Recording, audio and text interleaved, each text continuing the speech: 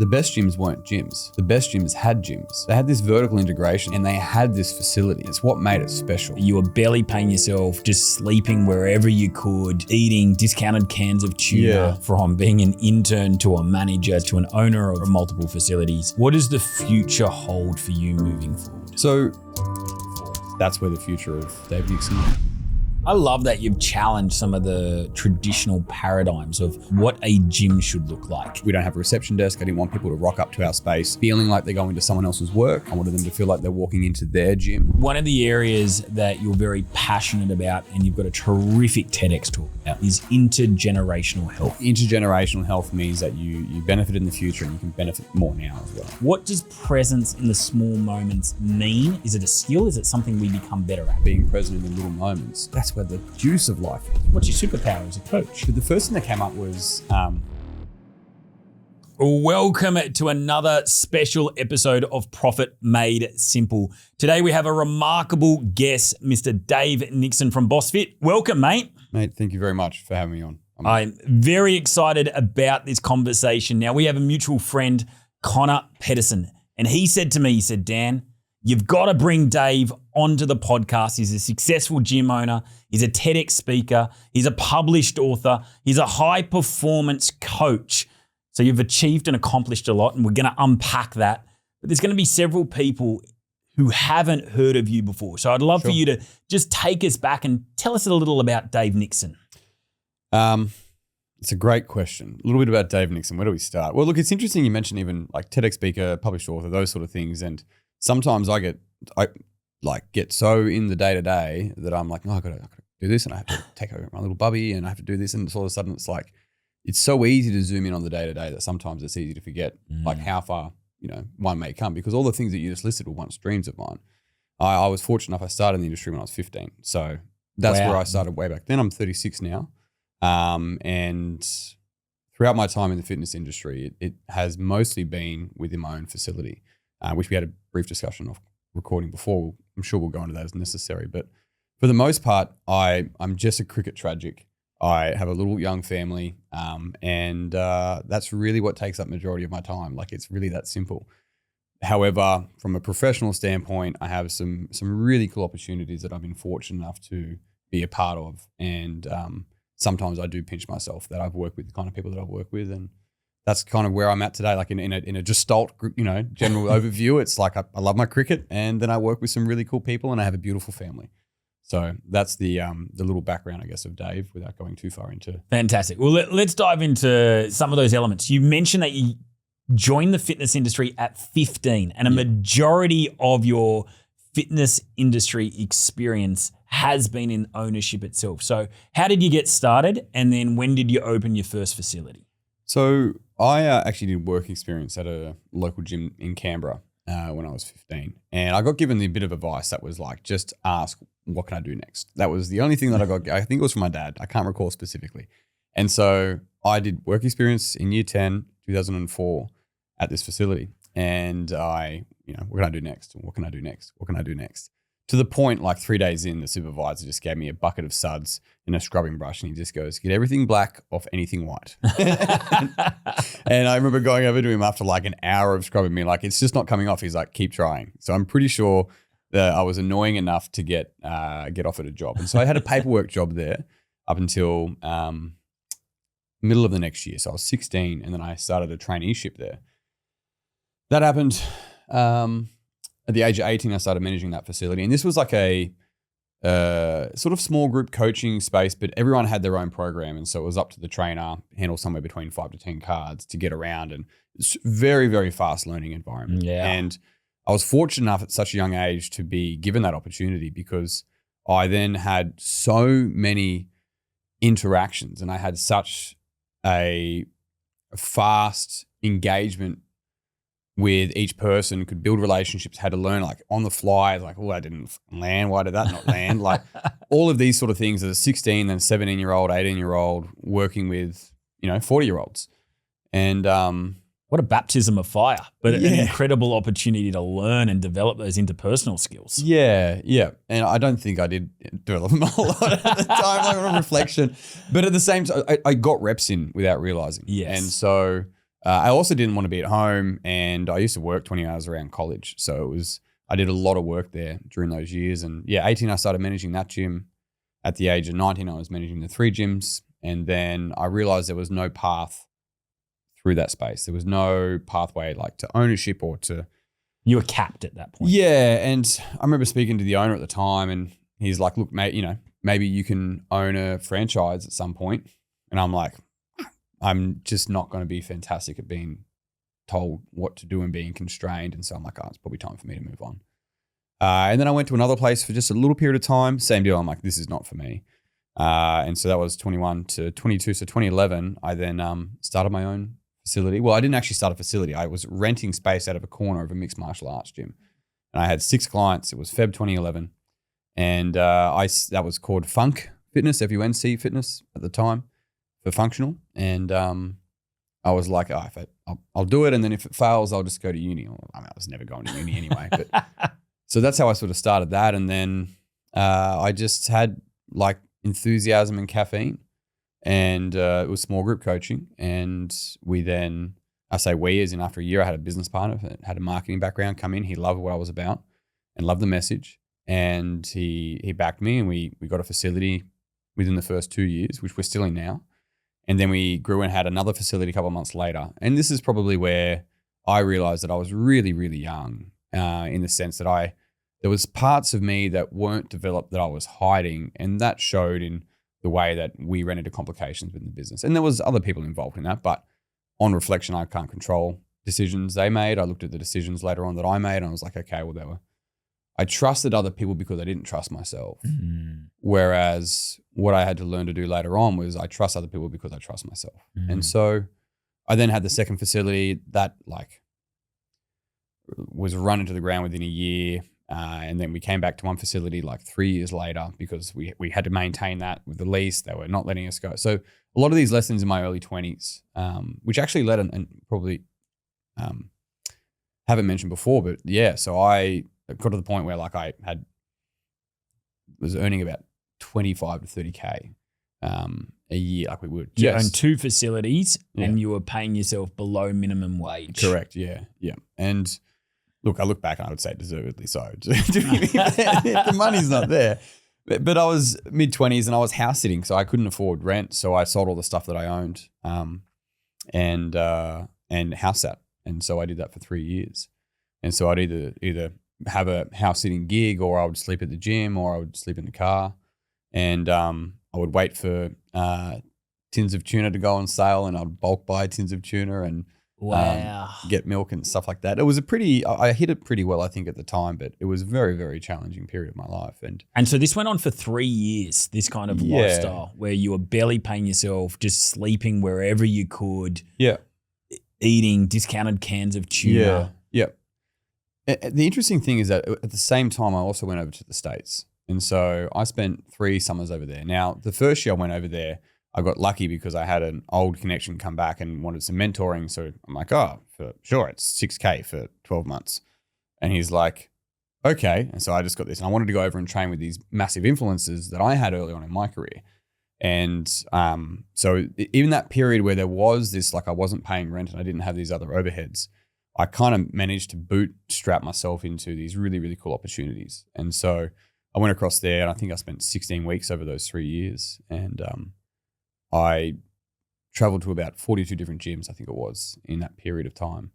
And trained with some really cool people from, I'm not sure if you're familiar with like Juji Mufu, like the jacked guy that does all these flips and that kind of stuff. Oh, yes, he's from he's amazing. And really, really nice guy. Like when he had his older facility, we just trained with him in his home in Alabama. Like so from that to the training with CT Fletcher, if you remember. The biceps. Yeah, that's right.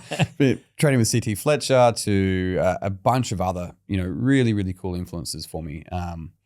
They weren't the 2 biggest influencers. They're just 2 big names. 2 well-known people. Yeah, that's correct. Yeah. So I find business can be the ultimate professional development vehicle. Yeah, it's exactly what it is. You find out, you learn more about yourself in business than any book or degree. Now, you fully immerse yourself into business.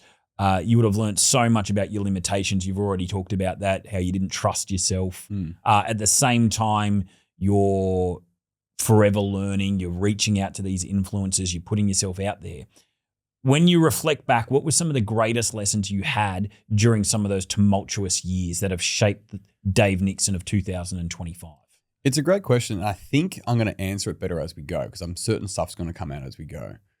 One of the, like a business lesson that I learned from the fitness space overseas was something, because I wanted to go over there and be like my business was about functional training. My first original influence was Jim Jones, if you're familiar with Jim Jones. Absolutely, I am. And so I remember being in 2008, seeing the video of the Actors of 300 training with Mark Twight. And I was like, what is this? Is amazing. And then, so I traveled to Jim Jones and I trained there 3 years in a row and trained with Mark Twight and Robert McDonald and so forth. And, but the point in sharing is that I wanted to go over and train with these kind of influencers. And I was actually writing for a magazine at the time as well. So that's how I kind of got in. And one of the key lessons that I learned when I was over there was, funnily enough, Eric, and this is what I'm going to go learn. It's like, no, you're not going to learn that. You're going to learn something else, right? That you can't really predict. And the biggest lesson I learned when it came to business over there, there's probably other life lessons that will come up, but on reflection, I think it was on my way back, I was like, the best gyms weren't gyms. The best gyms had gyms. They had this vertical integration. They were manufacturing companies. There were equipment companies. There were social media and events companies, training and education companies. And they had this facility. And it's what made it special. And it's this really interesting space that we're in now where we're seeing so often in this industry, we're seeing so many like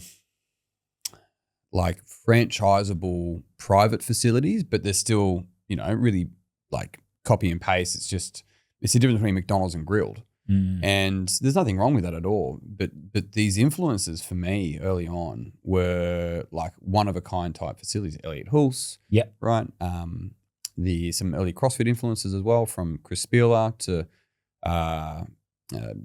Juggernaut Training Systems with Chad Wesley Smith. Like some really really cool influences. And I was like, they're like we said before, they're like a sit down restaurant, and so they had this capacity to have vertical integration into their business. So they weren't desperate and reliant upon clients coming in all the time. So that's what gave them the special sauce.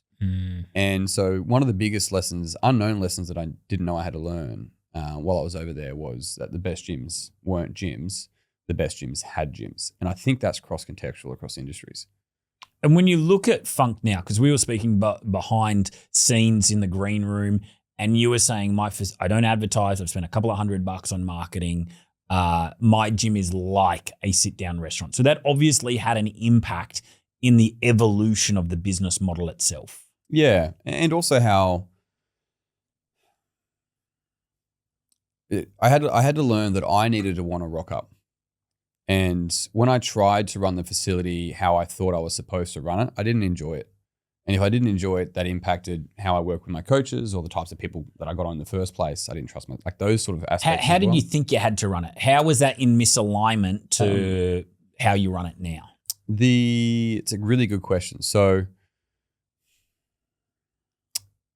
we have to do a particular type of onboarding. We have to advertise a particular way. We need to get objective results for people and measure it and then tell people about it. We have to have a reception desk. There needs to be signage. There needs to be maybe a slogan that goes with that. There needs to be trainers in uniform. We don't have any of that. So there's all these ideals that you thought that you had to be a part of, or that you had to be congruent with. Yeah, indeed. And so, whereas, I mean, a lot of gyms have dogs. Like we've got some 4-legged doorbells. I mean, I've taken classes in exactly what I'm wearing now. Like I don't wear shoes there. We don't have a reception desk. I didn't want people to rock up to our space feeling like they're going to someone else's work. I wanted them to feel like they're walking into their gym. We don't have a uniform. If you walk into my gym and you don't know who's coaching, then they're not coaching. It doesn't matter what it says on their shirt. So we want to make sure that people are coaching by presence, not coaching by position. And so we don't have any signage. It's literally like a grey building. And we used to have signage. We had one thing on the door at some point, but no signage. We're tucked away, hard to find. So people rock up on purpose.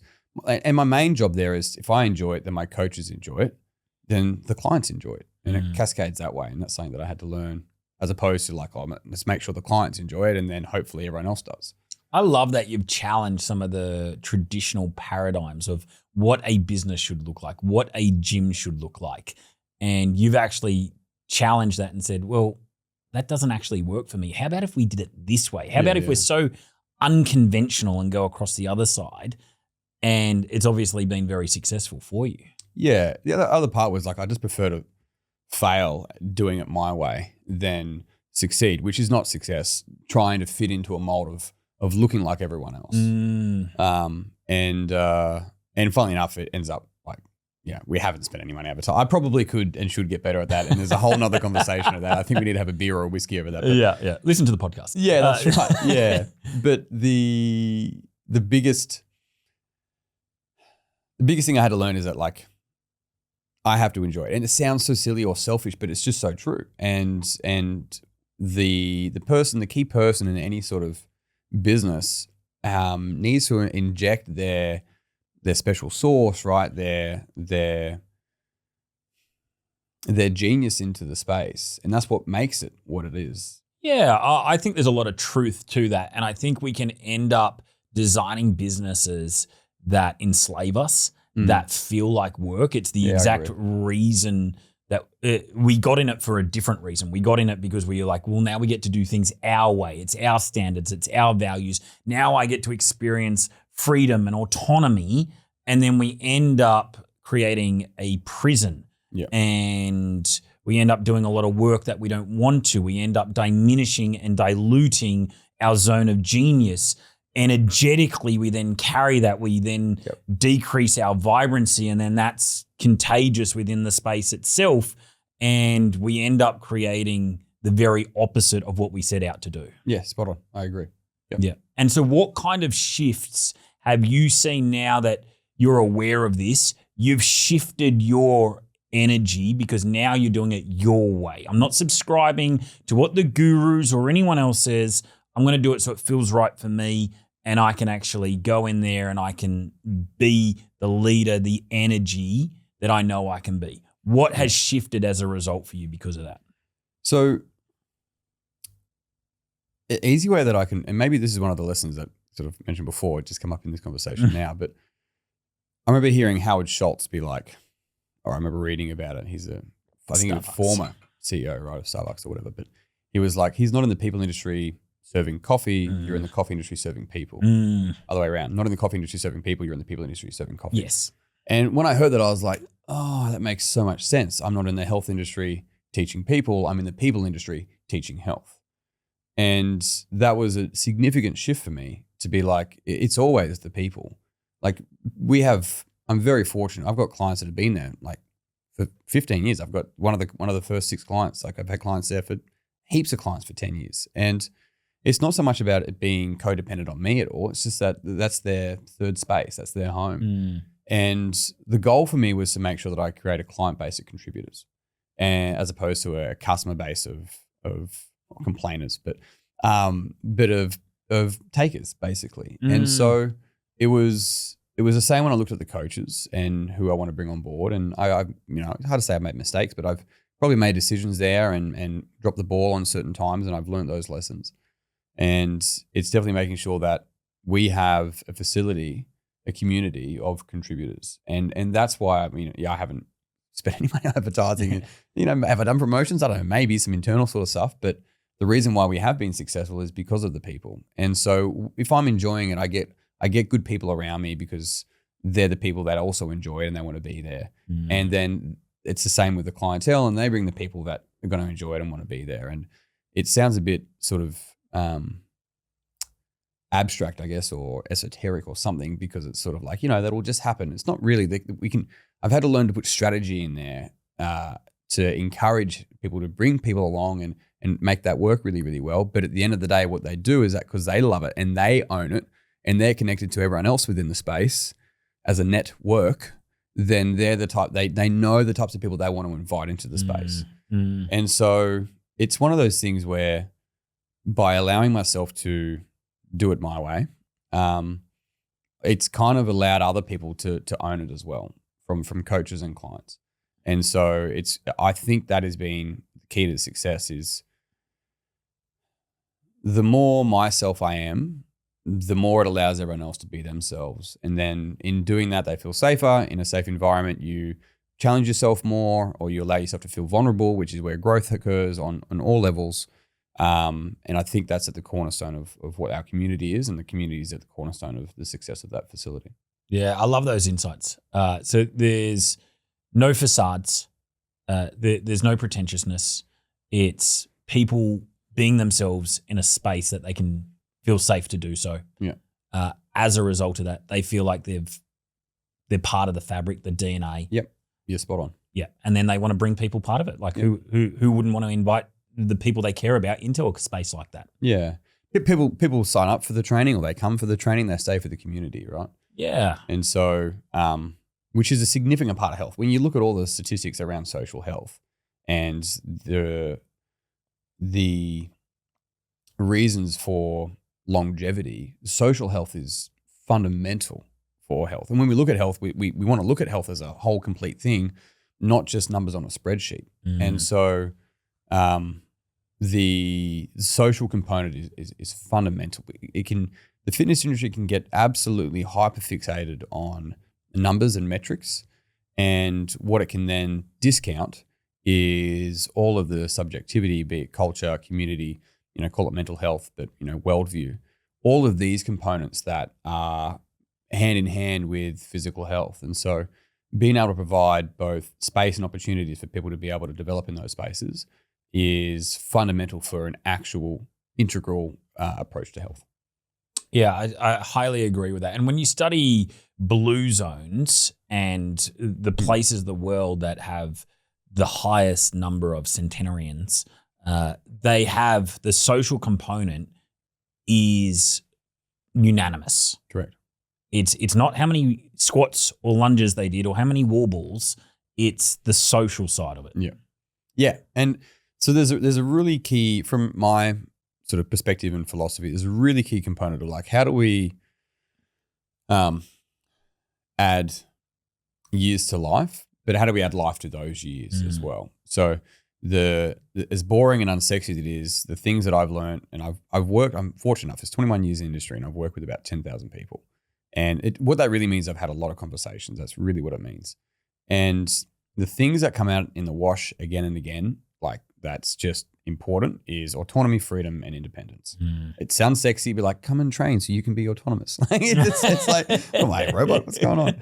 But if you take away any one of those things, it all of a sudden it's like, that's the most important thing. So yeah, when we take it through the wash, autonomy, independence, and freedom is fundamentally the most important.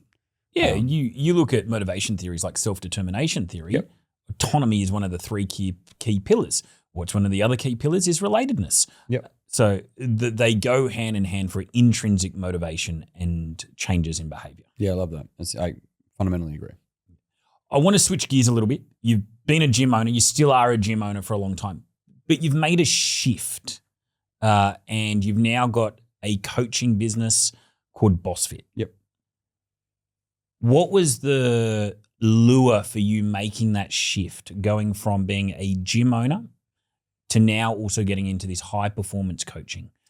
Yeah, it probably goes back to my first mentoring client that back in 2015. That was like the $6,000 that got you overseas. I remember that money hitting my account, and that was not the money per se. The moment was life changing. It was like I had so many lessons to learn around money. I probably still do, obviously, but so many lessons around money and understanding money and the energetics around it, and understanding numbers that, like, at that time, that $6K hitting my account was like. It does shift. Okay, let's just hold this for a little bit. And we'll get into the other question in a moment.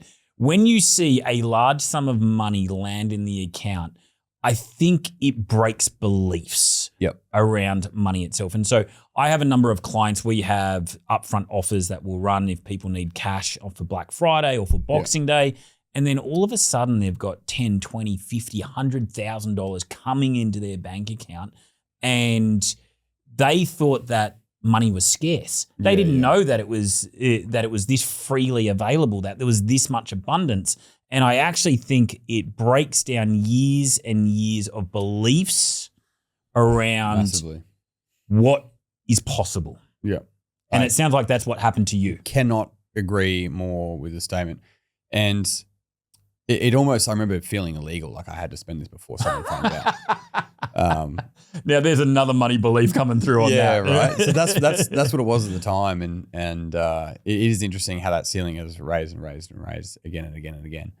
And once you move through the ceiling, it's just, I mean, over time, it's just removing the ceiling. But that money hit my account and that client probably, and he's still a good friend of mine, really changed the trajectory of the type of work that I did. And so a lot of that was mentoring and coach mentoring. Then I've had my own podcast for years, and it's taken on different, I guess, iterations. Yeah, over that period of time. It started off with mood prep, which was not a Freudian slip, but a Freudian slip of sorts. At one of my workshops, I was like, mood prep. Actually, I kind of like that. And so I did like a 10-minute podcast a day for a few years, which then turned into briefly like an alpha theta show. That's a whole other thing. Not really, but that didn't last long. People thought it was some sort of dormitory of some sort. And it's like, okay, well, that doesn't work. Moved into peak and flow, and that sort of became a little bit, it was fine. It was a good little interim, but then it landed on BossFit. And so over that period of time, I think I've recorded about 900 podcasts. Wow. And what ended up happening is that I would share my thoughts and ideas, and I actually used it. I did more audio recording earlier days, but I just used it as a chance to articulate my thoughts. So I use it almost like a journal and a chance to practice communicating and talking and pulling apart my thoughts and learning how to articulate a message that I wanted to communicate. Like that's really the crux of what I did. But then I started to get people listen to it all over the world. Not crazy numbers, but I had, I've been super fortunate. I had people in NAHL that have played in the NHL like reach out for coaching. Wow. And I literally had a phone call with a friend of mine or a client of mine and a friend, Jordan, who, he's played 80 Premier League games.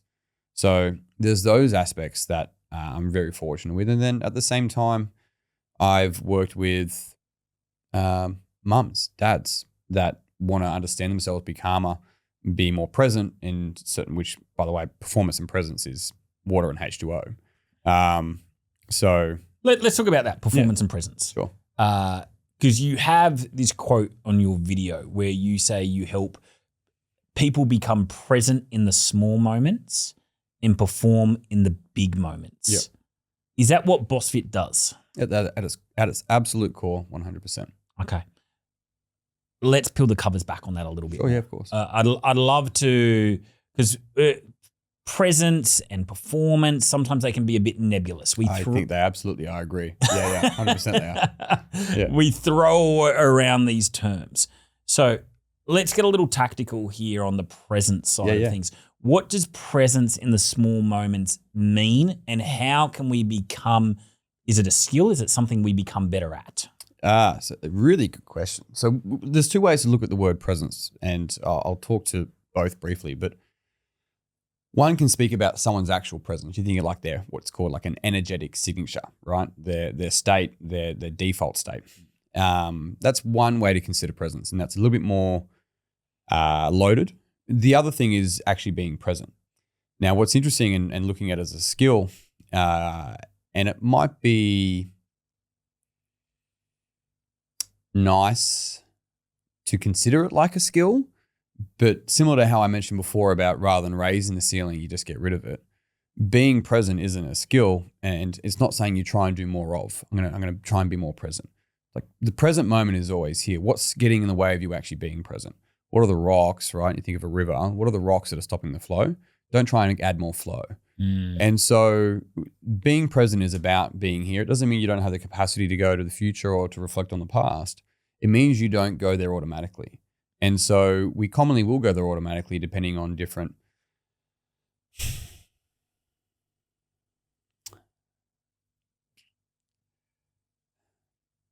pain points is one, but usually previous hurts of sorts, right? We create meaning in earlier stages of our life, and we then hold on to that so we can start to make sure that we're going to be safe or loved or accepted or successful or seen as successful or whatever the case might be. And we run that pattern again later on. The thing with that pattern is it can serve a particular service, serve a particular result, and we get positive feedback usually in our earlier ages and stages. However, we then run it again as an adult and it's probably not working as much, but it can definitely take us out of the present moment. And so what it's really about is learning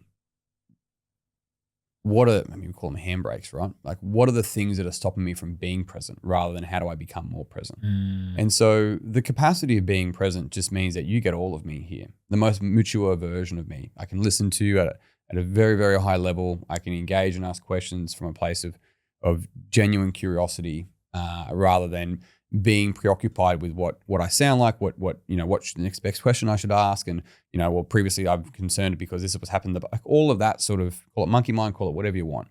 All it is previous structures running, and then you valuing that because there's something underneath that you probably haven't addressed yet. And so, really about being present in the little moments is just like that's where the juice of life is, right? There's this beautiful quote which is, if you ignore the mundane, the sacred will burn you. And if you ignore the sacred, the mundane will wear you down. And so there is so much beauty in the every single day mundane, right? In the washing of dishes, in the making of a cup of coffee for your spouse or for yourself, right? Through to hearing a bird for the first time because this bird has never been here before. So you get to hear it there's all this magic, and we can miss it because there's certain patterns from the past that we haven't addressed yet that are running us, and people then get a little bit worried. I know I'm sort of going down a path here, but people can get a little bit worried because it served them in the past, that if I deal with that, then I'll lose my ability to be successful or achieve or, be safe or whatever. It's like you enhance it because now you're able to go to that space as choice as opposed to habitually react your way there, because react is reactioning. React your way there and let it run you. And so you can actually be present and be here. And whether that be with, I've got a 16-month-old and she's the most precious thing I've ever experienced my whole entire life. And my beautiful wife, and watching her become a mum. And I owe it to me and to them and to the people they interact with to learn how to be present when I'm with them. I love that viewpoint, and it's something I've never heard before, because normally we do think of present is I've just got to try a little bit harder. I've got to block out. I've got to turn away the distractions. I've got to put the phone on do not disturb.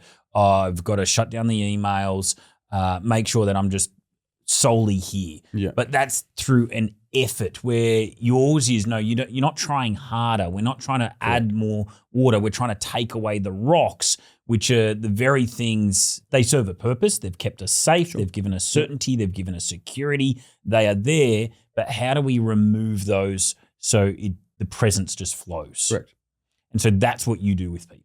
Yep. And in that space, if you speak to somebody and when they're in their zone, right, genius zone, flow state, whatever, they're fundamentally present. There's no self-rumination. There's no separation between them and whatever they're engaged with. So presence and performance actually go hand in hand. And the reason why I communicate it like being present in little moments and performing the big moments is because sometimes people think having a spiritual angle on something means that you don't have this drive for achieving or success or performing at your best. Whereas if you and I were in competition, be it business or be it sport, the highest honor I can give you is the best version of me. Is the highest honor I can give you as a competitor, call it, right? And so it's not that we're in competition, is that where iron sharpens iron. And so the ability to really fundamentally learn how do I allow myself to be present with everything else going on, whatever that means, so that I can, perform at my best, but you can perform in the little moments and be present in the big moments. But it's just, those are the things when I put it all through the wash, come out time and time again as another way to think about it, to finish that sentence off. The emails I get, they're the things I mention. So they're the moments. People come to you because they want more performance. They can, yeah. At times, the performance as an athlete, performance in business. What kind of performance do you help them unlock and achieve? So it's once again, great question, because it's not a simple answer. I'll do my best to keep it simple. My job's to help them see the shit that's getting in the way of them doing that. And there's heaps of different ways that we can do that. But at the core of it, it's really finding out like what's their blind spot, right? Your potential lies in your blind spots. It's where you're not looking. It's not where you're strong at. And it's really, you mentioned, you asked me beforehand, like what's my superpower? What's your superpower as a coach? The first thing that came up, and I didn't write this, I sort of asked my wife or Connor, I'm like, I've never really thought about superpower before. But the first thing that came up was I can hear what people can't see. And I felt it over an Instagram message. It was kind of like, what the fuck does that mean? But really what it is, it's like learning to listen for structure and learning to listen for what people are saying, but more importantly, what people are not saying. And it's in that space where their potential lays. And so really performance or presence, what I'm after is potential, and potential is always in the present moment. So the work that I do with them is really about, sure, performance, but finding out where their bottlenecks are. And it's never what they think it is. And that's the same for me. But then I've been coached, and when I have my challenges, I'm sure it's the same for yourself. It's people provide the symptom. We want to find out what's the problem behind the problem. So not what's the pattern, why do you value the pattern? What's the causation of that symptom? Yeah, where has it served you previously? Because until we can go through and really understand that, it's going to keep driving you. So, and then from there, like they've already got everything they need. They're the expert. So that's really where like performance gets unlocked, because they're able to remove the shit rather than try and add more. They've been adding more for years. Loving this conversation. I want to explore this even more. I want to become aware of my blind spot. Yeah. How do you help shine a light as a coach to a person's blind spot? So there's a concept called a diamond approach. And the diamond approach is about a multifaceted perspective. So multiple perspectives. And you can use multiple different frameworks and models. The part of my work, I did some study with the coaching room, was here in Sydney for 9 years ago. And I've done consistent study with them and further study. And what they do is developmental coaching. And what developmental coaching really is the study of how we structure our thinking. And what that really means is we can use different models and methods and frameworks to understand and listen for particular patterns of thinking, inquire into that, as opposed to personality types, and that person's a this. And so we just get them into this, we box them in and then get them to perform in this area because that's the type of person they are. No, it's not that. Personality is what gets in the way of us. It's not who we are. And so in my work and study down that field, I was introduced to a guy called Ken Wilber, as in his work. I haven't met him. He's a really interesting guy for many different reasons. But as a simple example, part of his work is integral theory. And one of his most simple frameworks, but so nuanced, so much depth to it, is called the quadrants. And in the quadrants, everything exists. It's not like meant to be. I remember hearing it, I was like, everything exists in these 4 quadrants. I'm like, that is oversimplified. And then the more I've learned and did study down that path, I'm like, right, I understand. And so your first quadrant is basically your inner experience. It's your subjectivity, right? Mm-hmm. My individual subjectivity. It's my thoughts, my memories, it's my worldview, my perspective. It's the way that I see the world. The second quadrant is a collective subjective. And so it's culture. It is stuff that is true, but you can't put it in a wheelbarrow. I'm like, I feel supported by Dan. And Dan's like, I support Dave. And Connor's like, great, can you put that support in a wheelbarrow? And I pick you up and put you in a wheelbarrow. And Connor's like, that's Dan, that's not support. But I feel it's an subjective truth. And so community is the same and culture is the same. And so that's the second quadrant, right? It's a shared space, is where it's shared values, shared meaning. Now you and I are going to be sharing an understanding of the quadrants. It's another example.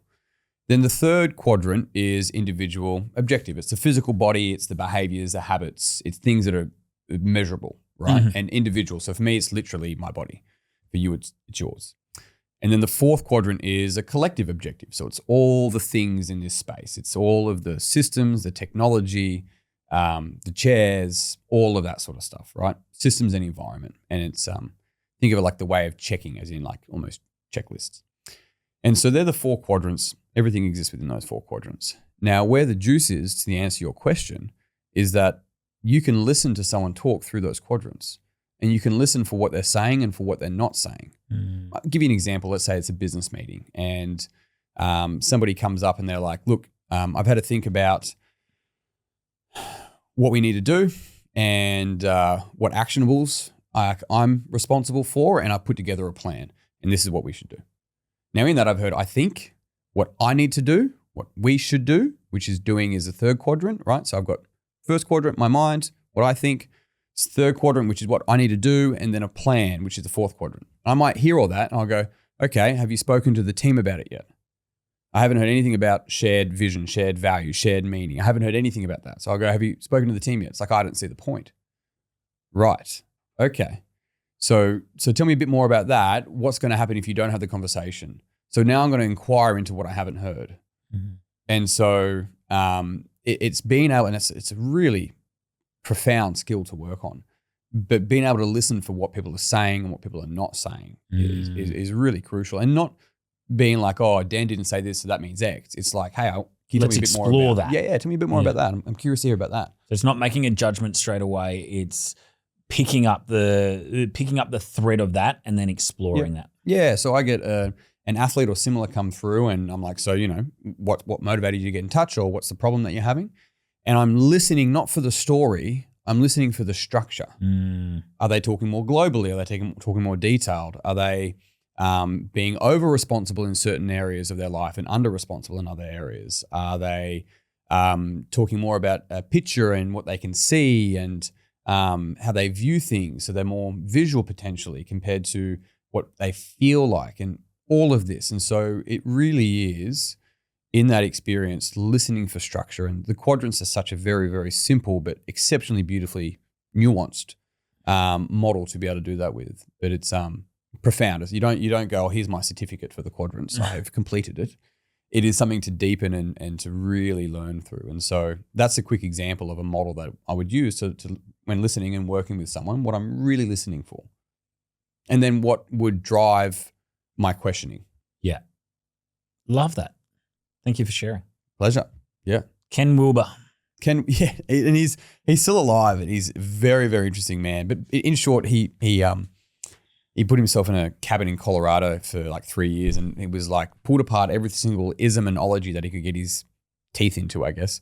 And that's where the quadrants came from. But he's a modern day philosopher, and I think he's going to go down in 100 years' time as someone that's very important. But he's got some really fun. I think he's written 20 odd books, but some really phenomenal insights. And so the coaching room does a lot of their work through Integral Theory and Integral Coaching Canada, which is where they did a lot of their stuff. And so I've done a lot of my work through them, where I was introduced, and then I've applied it to all of my experience within fitness and health space, where there is all developmental coaching space. Switching gears a little bit, one of the areas that you're very passionate about and you've got a terrific TEDx talk about is intergenerational health. Yeah. What has lit the fuse for you to be so passionate about this very important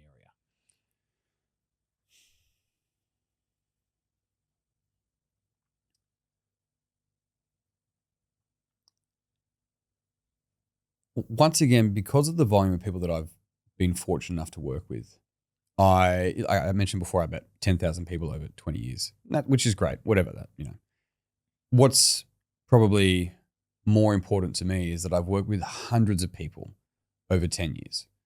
And so I've been able to maintain and work with and have relationship with these individuals over a period of time, like a stage of life.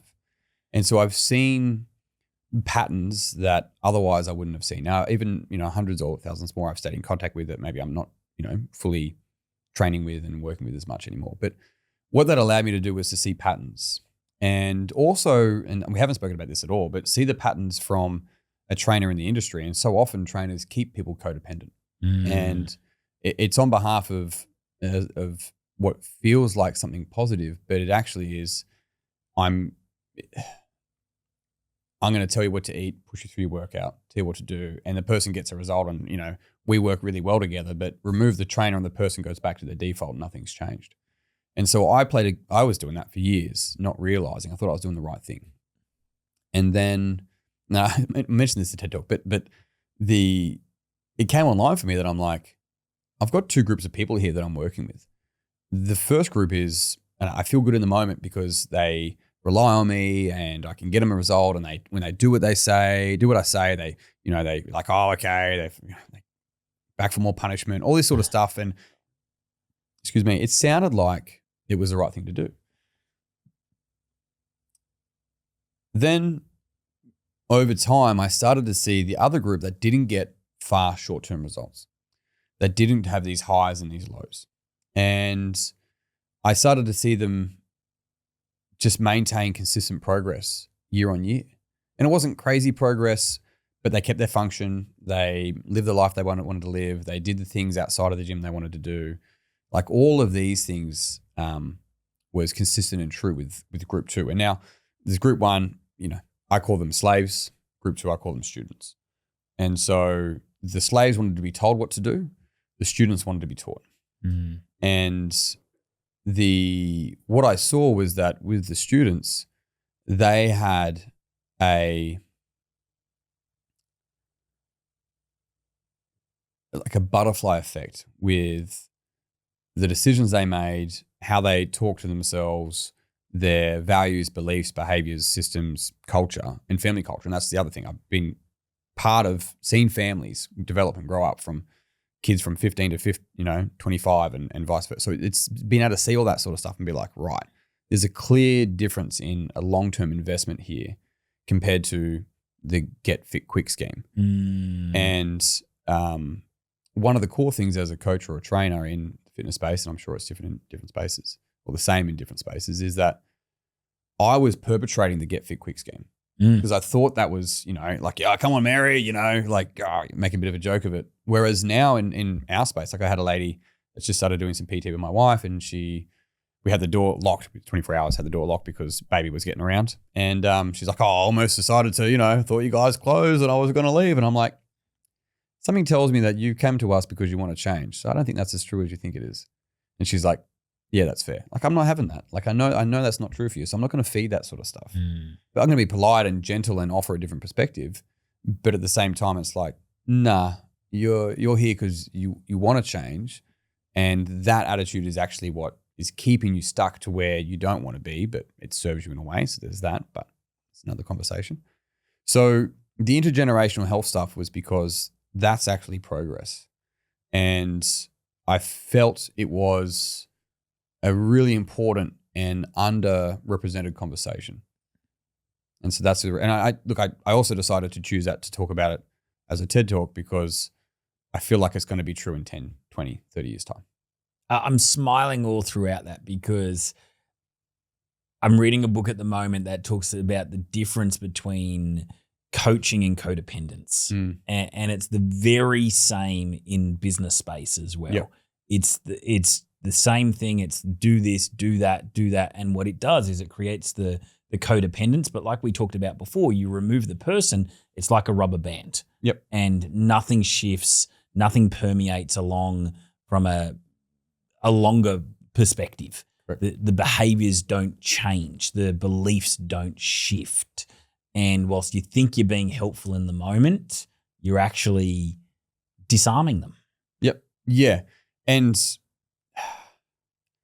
you're also reaffirming potential, and this is a bit deeper, but unconscious patterns and belief structures that they need someone. And look, early, like this is the other thing I've learned is that someone comes into the gym, let's keep it really simple and in the sense of grounded in an example, and they go, hey, I want to lose some weight. Like that's in codependency, you've got victim, aggressor, rescuer. You've got these sort of three identities, right? Called a drama cycle, but in any space, they come in, they go, hey, I need some help losing weight. So I'm a victim to my weight, I need a rescuer. There's nothing wrong with that whatsoever at all. I'm codependent with my accountant. Fully aware of it, totally okay. I'm a victim to the tax system and he rescues me. That's completely fine. I'm conscious of that. That's good. Now, what the coach's role, the rescuer in this example's role is to help that individual through love and education. And love is simply just being able to hold space, non-judgmental space.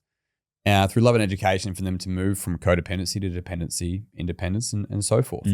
And what happens though is that the trainer will commonly keep that person there because they are a rescuer and it feels like the right thing to do. But long term, there's still a bandwagon. Get rid of the bandwagon. And that's the difference between having a system that allows people to build long-term independence, which flows on to, the family, children, but I mean, even people that don't have children. This is a really key thing about this. It's like, I don't have kids. It's like, do you interact with anyone younger than you? Are you a 40-year-old at work with interns? Like, it's intergenerational. Do you think that it was only your parents that influenced you? You didn't have an uncle, an auntie, like a grandparent? You didn't have like people at work? It's a great observation, because we can go, well, it doesn't apply to me. Of course it does. 100%. Yeah. Absolutely. And not just that, it allows you to take a moment to have a long-term horizon on your own health. And it doesn't mean that you have to sacrifice. Like, really, intergenerational health means that you benefit in the future, and you can benefit more now as well. So it just allows that that time horizon to extend, and the responsibility to shift to self, as opposed to your health being someone else's responsibility. Very important. You've had an incredible journey. We've gone from being an intern to a manager of multiple facilities, to an owner of a facility, owner of multiple facilities, TEDx talker, author, and now high performance coach. What does the future hold for you moving forward? Right now we're still in Canberra. My wife and my little girl and myself, and we've still got the facility. And so as long as I'm in Canberra, that's my priority. We do have we just bought a place up in Queensland, and so Jen and I, we got married up that way, so we do want to move up that way. I don't have a direct timeline on it for multiple reasons. At the moment, it's just sitting on Airbnb, and but I do know in the run and the reasons why we bought up that way is the Brisbane Olympics in 2032, the type of work that I do, and my wife as well. My wife's in the same sort of space, and we wanted to make sure that when the time comes that we can move the family probably before my daughter goes to school up that way, and be around some really cool businesses and close to international airports and things like that. So location wise, that's on the horizon.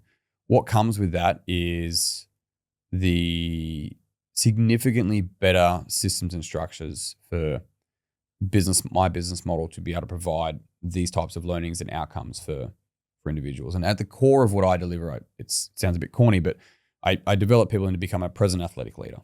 And so presence as in a calm, powerful presence, become an anywhere, anytime athlete, so you can do more of what you want to do, not compete in a sport, not interested in that as much, but more of what you want to do anytime, anywhere. And then also leave a lasting positive impact. And that starts with self-leadership. And self-leadership it first impacts the home, then it impacts the community, and so forth. So it really, the future of it is down that path. I've got a few other books that I'm ready to pen, and making sure that I can openly share my experience in the work that I do, whether people work with me directly or they go down the path of Ken Wilber or whatever the case might be. But it's making sure I can really open up some pathways that I've had great success with, and a lot of my clients have had great success with. So that's where the future of Dave Nixon and my life's work is going. Beautiful. I look forward to seeing those developments and those next chapters. You've had a remarkable journey through business. We've talked about self-development. There's no doubt been a lot of lessons that you've learned along the way, but what is the best piece of advice you've ever been given or received? I have a drive back to Canberra after this, and I have a feeling I'm going to send you a message when I pull up, be like, it's going to be I should have said this. Yeah, it's going to be this. This is the lesson. So I think the best pieces of advice are always going to be contextual.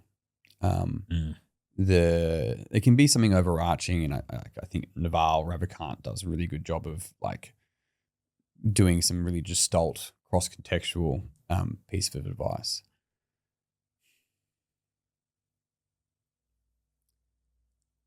If it was to be framed in a way where it's like a message that I wish everyone knew. Yeah. Let's hear that.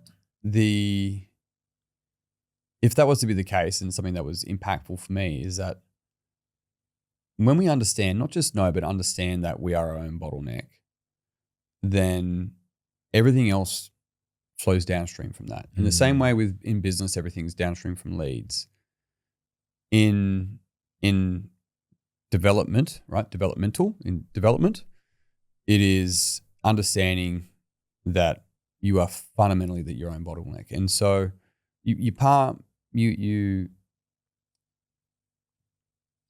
add that with the fact that you have an intergenerational impact, whether you realize it or not. And all of a sudden we start to realize that the decisions I make isn't about now, it's about now and later. So yeah, the reminder of like,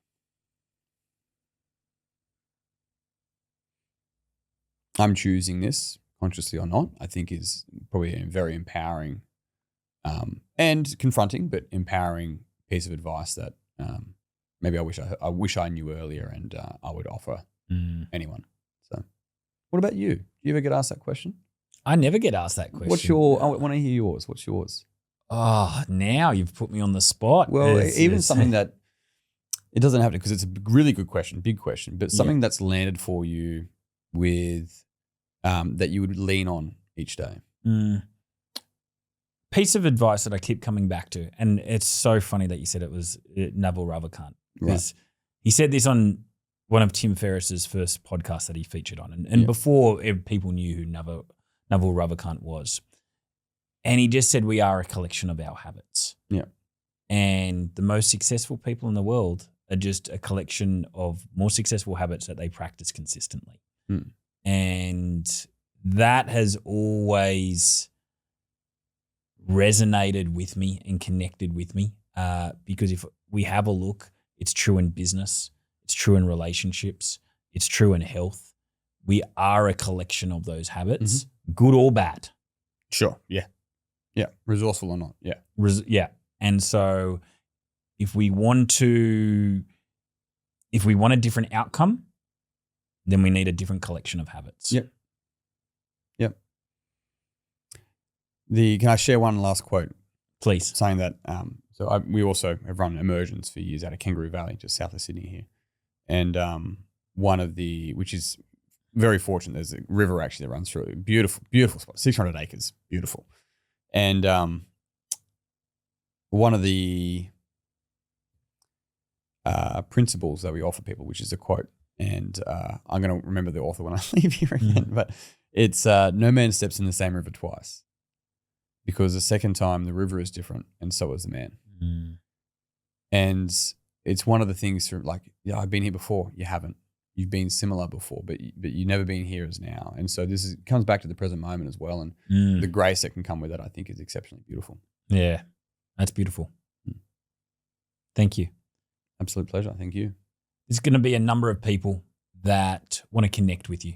They no doubt have heard your words, your message. It's resonated. They want to find out a little bit more about you, your world, what you do. How can they best do so?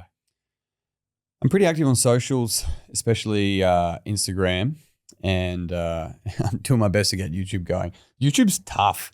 YouTube is hard. It is tough. I get one subscriber and I'm like, yes. It's I feel your pain right now when it comes to YouTube. So maybe it's easy and it's just me. Maybe there's this sort of like self-reflection thing. Anyway, but there's a library of stuff on YouTube as well. But otherwise, Instagram is definitely one of the easiest ways to find me, as well as the stuff on BossFit, which is getting updated. That's going to all shift come Gen Feb.